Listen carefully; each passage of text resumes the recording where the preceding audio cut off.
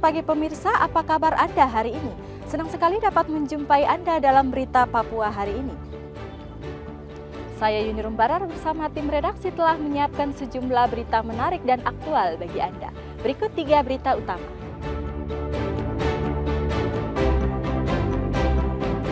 Ribuan warga Merauke termakan berita bohong penemuan pelaku pembunuhan anak tunarungu.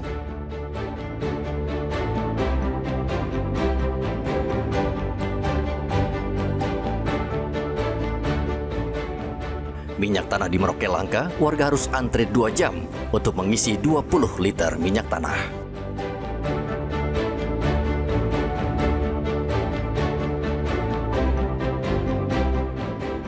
Cekcok di pesta dansa warga 2 kampung di Merauke bentrok, seorang tewas dan 5 rumah terbakar.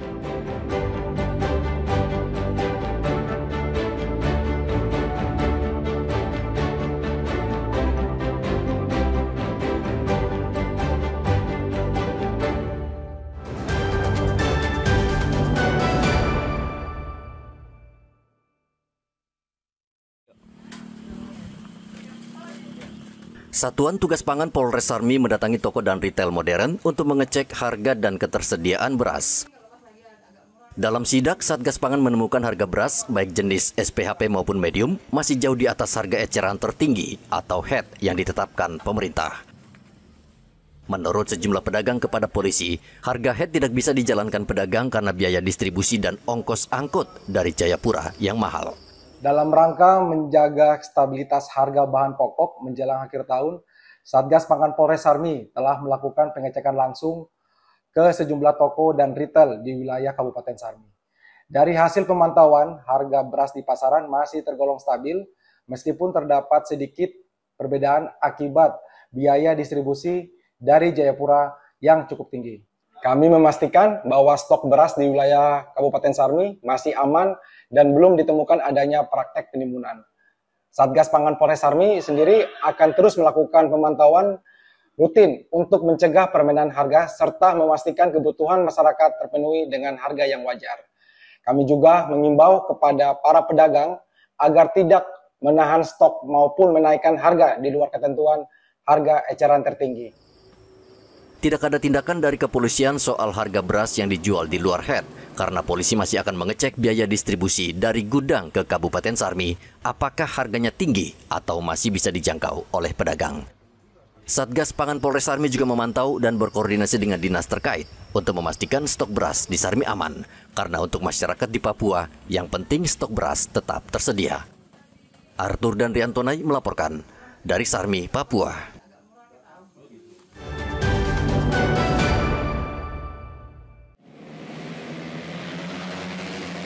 Ratusan pembalap dari Papua, Papua Barat Daya hingga Sulawesi Selatan mengikuti kejuaraan balap motor yang berlangsung di sirkuit Fai Mayaf, Kabupaten Maibrat, Papua Barat Daya. Kejuaraan balap motor digelar dalam rangka Hari Sumpah Pemuda. Selama 3 hari penyelenggaraan, event ini mendapat sambutan luar biasa dari masyarakat dan menjadi pembuktian bahwa Maibrat yang sering dicap rawan konflik berpotensi besar dalam bidang olahraga dan pariwisata. Yang menarik, dalam kejuaraan ini, panitia mengganti payung dengan koba-koba, payung tradisional dari rajutan daun pandan hutan dan kulit kayu genemo. Koba-koba ini biasanya digunakan perempuan Maibrat saat beraktivitas di kebun, sehingga aroma khas adat Maibrat sangat kental dalam kejuaraan balap motor ini. Di mana melalui momen ini, kami mencoba untuk mengangkat budaya atau produk-produk keunggulan kita. Salah satunya tadi yang kita sama-sama saksikan di garis start, bahwa ada pemandangan yang agak sedikit berbeda dari beberapa event-event lotres di mana-mana. Kali ini khusus untuk teman-teman yang garis payung, kami mencoba merubah itu dan menonjolkan keunggulan daerah kita. Karena koba-koba itu merupakan salah satu mahkota atau salah satu salah satu yang menjadi kebutuhan dari kita orang Maibrat, mulai dari orang-orang tua terdahulu sehingga sekarang. Nah, itu yang coba kami angkat dalam event ini. Dalam kejuaraan balap ini, panitia juga menjual berbagai produk lokal seperti noken dan manik-manik dengan harga terjangkau karena bagian dari promosi UMKM daerah. Kejuaraan balap selain mencari bibit atlet muda, ajang ini juga membangkitkan semangat pemuda untuk mengembangkan potensi daerah. Topan dan Riantonai melaporkan dari Maibrat, Papua Barat Daya.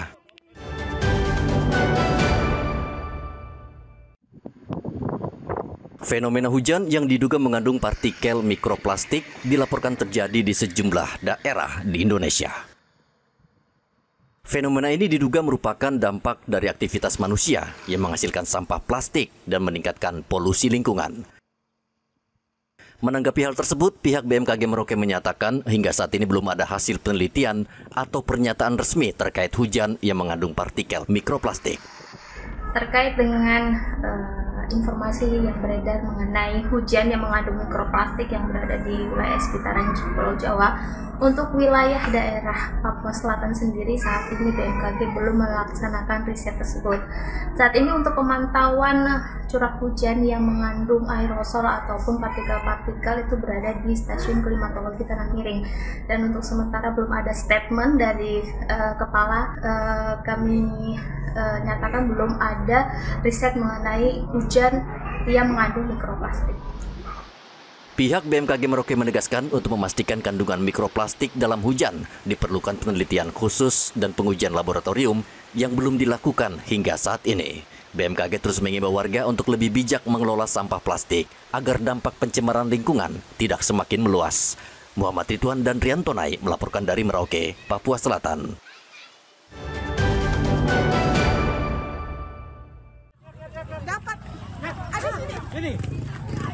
Warga Merauke berbondong-bondong mendatangi Jalan Israel pada hari Kamis. Mereka penasaran ingin melihat pelaku yang membunuh seorang anak perempuan penyandang disabilitas. Belakangan diketahui, ternyata berita tersebut tidak benar karena hingga kini pelaku masih buron. Meski demikian, lokasi di Jalan Israel sudah kepalang ramai. Polisi turun tangan mengamankan situasi dan mengatur lalu lintas karena macet.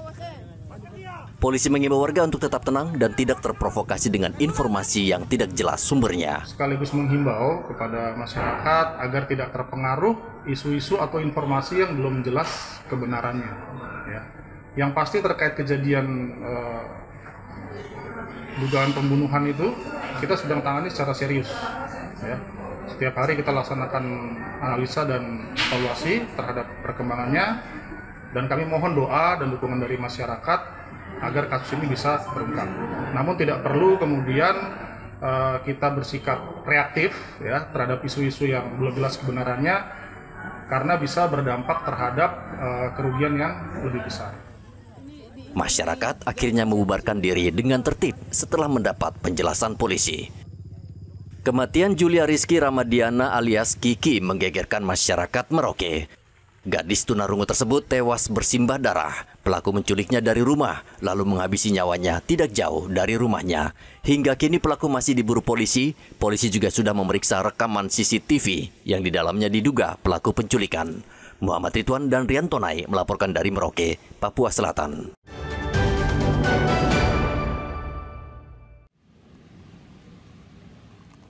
Pemerintah Provinsi Papua pada hari Rabu melepas 98 atlet kontingen pelajar Papua yang akan berlaga di 2 pesta olahraga nasional di Jakarta.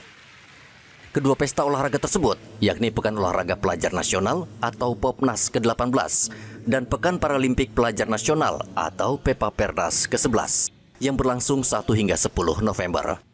Asisten 1 Sekda Papua Yohanes Walilo menargetkan kontingen Papua masuk peringkat 5 besar perolehan medali. Ia meminta para atlet selalu menjunjung sportivitas dan menjaga nama baik Provinsi Papua. Harapan kami ya kontingen yang kita lepas ini membawa nama Papua, bisa bersaing di ajang nasional. Kami berharap doakan supaya mereka pulang meraih prestasi, sehingga mendorong untuk pemuda-pemuda kita yang lain juga bisa berprestasi sama dengan atlet yang kita kirim. Jadi menunjukkan sportivitas olahraga yang baik, karena Papua ini dikenal dengan gudangnya atlet kita olahraga, sehingga nama baik itu kita perlu pertahankan ke depan, malah ke depan harus lebih baik dari kondisi hari ini. Sementara itu, Ketua NPCI Papua Jayakusuma mengatakan kegiatan nasional yang digelar Kementerian Pemuda dan Olahraga ini menjadi ajang pembuktian talenta muda disabilitas dari berbagai daerah. Kita hanya bisa memilih 2 cabur, yaitu cabang olahraga atletik dan renang. Jumlah atlet yang kita akan berangkatkan adalah sebanyak 20, di mana atletik kita siapkan 13 dan renang kita siapkan 7 orang. Dan ini adalah atlet-atlet terbaik kita yang memang kita kirim, yang semuanya diperkirakan akan mendulang medali. Ya, oleh karena itu di tengah keterbatasan ini semua kita berusaha untuk tampil meskipun apa adanya. Nah, apakah kita masih bisa mempertahankan ranking 3 di Indonesia 2 tahun yang lalu yang kita cetak di Palembang? Ini juga pertanyaan besar buat saya selaku ketua. Karena apa? Atlet-atlet yang kita kirim ini hanya 20 orang, ya. 20 orang dari 4 cabur yang dipertandingkan. Popnas dan Peparnas tahun ini menjadi momentum untuk menunjukkan Papua dikenal sebagai gudangnya atlet karena memiliki banyak talenta berprestasi, terutama dalam cabang atletik, tinju, dan sepak bola. Hendra dan Riantonai melaporkan dari Kota Jayapura, Papua.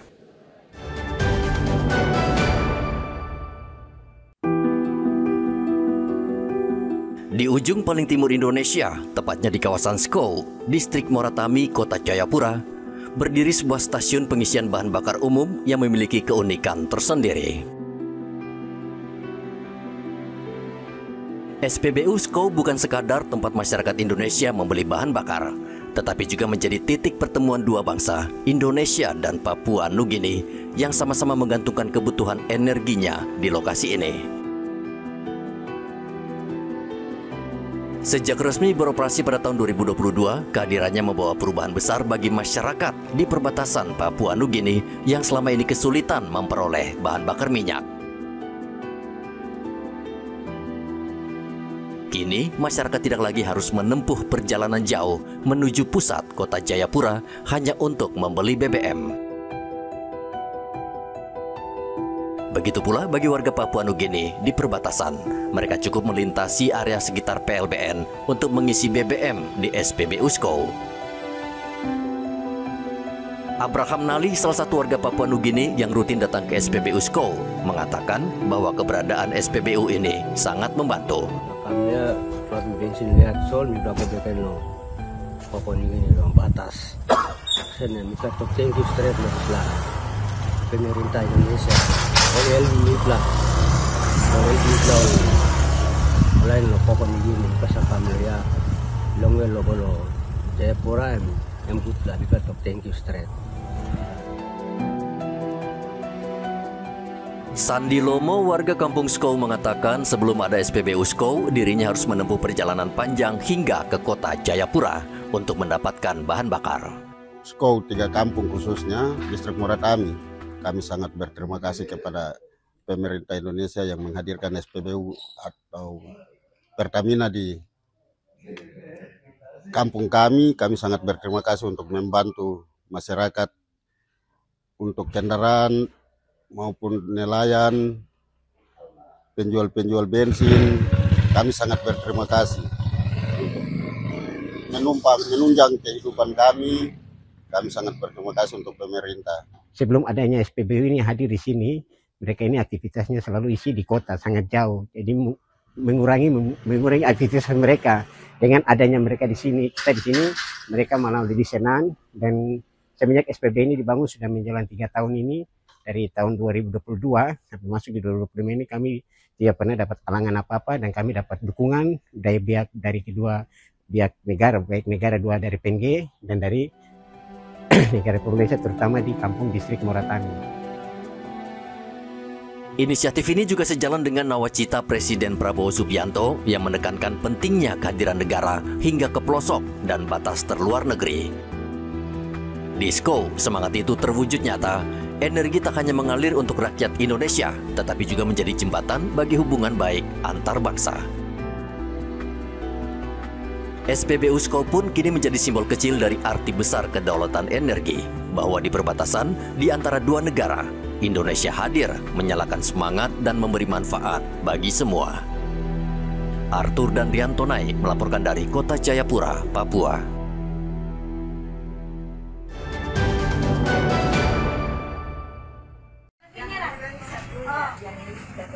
Antrean warga untuk mendapatkan minyak tanah terjadi di sejumlah titik di kota Merauke. Warga harus berkeliling kota untuk mencari penjualan minyak tanah dan saat mendapatkan pun harus antre berjam-jam. Seperti yang terlihat di kawasan Jalan Kampung Timur, warga terpaksa antre hingga lebih dari 2 jam demi mendapatkan minyak tanah. Warga antre sambil memegang jeriken di tangan. Satu kali antri ini 20 liter ya. Berapa lama itu jaraknya? 1 bulan sekali atau gimana? Nanti ambil uang yang 1 minggu sekali ya. Memang selama ini muter-muter cari minyak tanah gimana? Agak masih sulit apa? Lumayan sulit ya. Ini untuk 20 liter pakai berapa hari biasanya, Mas? Saya? Iya. Udah ada 1 minggu. Gitu, cuma pakai minyak kompor ya? Enggak pakai kompor. Jadi pakai apa ini? Minyak tanah. Minyak tanah. Ini pakai rumah tangga apa jualan? Dua-duanya. Untuk warga di sekitar Jalan Kampung Timur, penjualan minyak tanah dibatasi hanya 20 liter per minggu dan hanya diberikan kepada warga yang sudah terdata. Udah lama antri? Ya, sudah. Ada berapa jam antri tadi?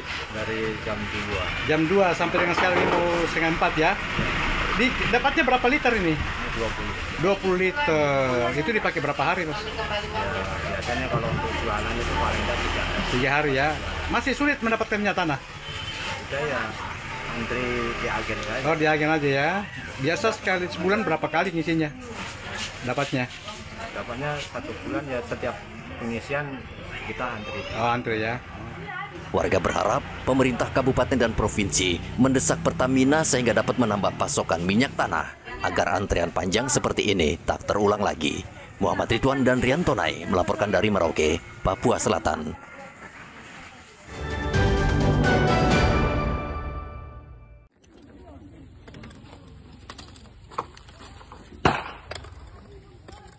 Pertikaian antar warga kembali pecah di Kabupaten Merauke, Papua Selatan. Warga Kampung Nasem dan Kampung Onggaya saling serang sehingga menyebabkan 1 orang meninggal dunia dan 5 rumah hangus terbakar. Pertikaian terjadi pada Rabu sore. Saat itu warga sedang mengadakan acara hajatan yang dilakukan dengan pesta dansa.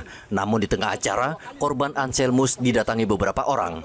Mereka terlibat cekcok, lalu para pelaku menyerang korban dengan parang dan kapak hingga tewas di tempat. Kematian Anselmus berbuntut panjang. Warga Kampung Nasem bersama keluarga korban membakar 5 rumah milik keluarga para pelaku. Untuk meredam situasi, polisi dan camat Nauken Jerai memediasi kedua kelompok. Namun situasi di lapangan masih tegang. Tenang, dan kita percaya Bapak-bapak harus segera tuntaskan masalah ini. Sebagian warga dari kedua kampung telah mengamankan diri ke dalam hutan untuk menghindari konflik lanjutan. Saat ini polisi masih mengejar 3 pelaku. Warga diimbau tenang dan mempercayakan kasus ini ke kepolisian. Muhammad Ridwan dan Rian Tonai melaporkan dari Merauke, Papua Selatan.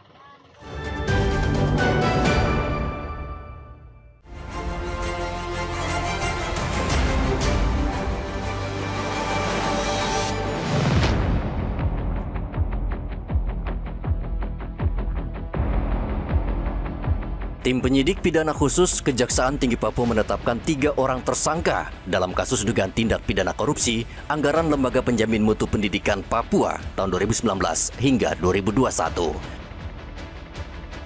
Dalam kasus ini kerugian negara diperkirakan mencapai 43 miliar rupiah. Kerugian negara yang ditimbulkan terdiri dari 34 miliar dari anggaran APBN dan 8 miliar dari dana penerimaan negara bukan pajak atau PNBP. Ketiga tersangka masing-masing berinisial AH selaku Kepala LPMP Papua, AI Bendahara Pengeluaran, dan R Bendahara Penerima. Mereka bertiga langsung ditahan di Lapas AB Pura. Penyidik juga menyita barang bukti berupa uang tunai senilai 2 miliar rupiah dan 1 mobil.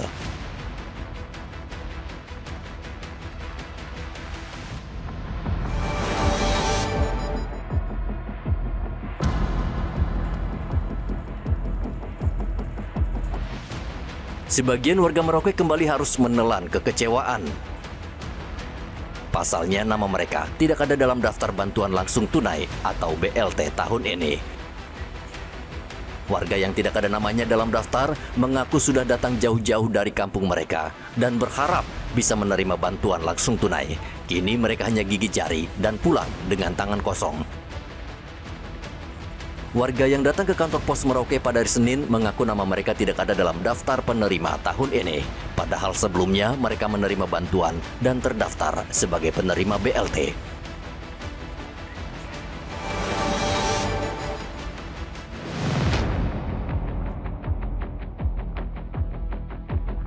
Satuan Tugas Operasi Damai Kartens menangkap seorang anggota kelompok kriminal bersenjata KKB Puncak atas nama Dugi Telenggen. Penangkapan terjadi di Kampung Ulume, Kabupaten Lanijaya. Dugi Telenggen terlibat dalam penembakan yang menyebabkan gugurnya anggota Polres Lanijaya, Brigpol Joan Sibarani pada September 2024. Pelaku juga mengaku menembak seorang warga sipil bernama Adi Yohanes Abilio Valo dalam kejadian yang sama. Dari tangan tersangka, polisi menyita sejumlah barang bukti, diantaranya telepon genggam, buku catatan, dan tas noken kecil.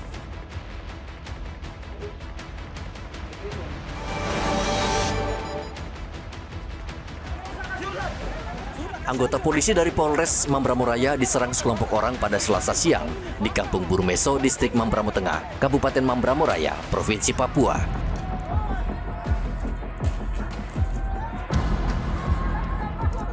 Kejadian berawal saat petugas piket Sentra Pelayanan Kepolisian Terpadu Polres Mambramo Raya ingin menindaklanjuti laporan adanya keributan antar warga akibat minuman keras di Kompleks SD Advent Burmeso. Anggota bergerak ke lokasi untuk menenangkan situasi, namun massa justru menyerang polisi dengan parang, linggis, dan batu. Wakapolres Mambramo Raya bersama anggota berusaha bernegosiasi, namun massa semakin banyak dan terus menyerang anggota. Aparat akhirnya mengamankan diri untuk mencegah jatuhnya korban jiwa.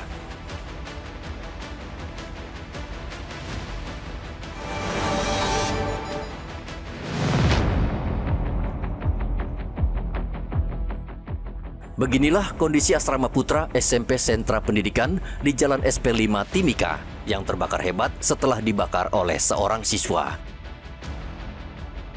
Seorang pelajar di sekolah ini nekat membakar asrama putra sekolahnya.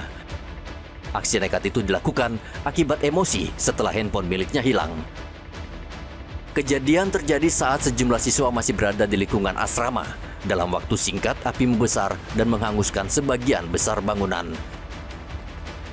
Polisi yang datang ke lokasi langsung melakukan olah TKP dan mengamankan pelaku. Pelaku yang masih berusia 19 tahun saat ini sudah diamankan di Polres Mimika.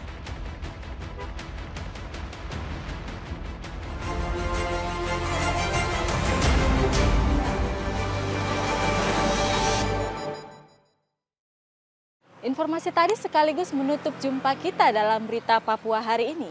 Akhir kata, saya Yunrum Barar bersama tim redaksi yang bertugas mengucapkan terima kasih atas perhatian Anda. Selamat pagi, Wanyamdi.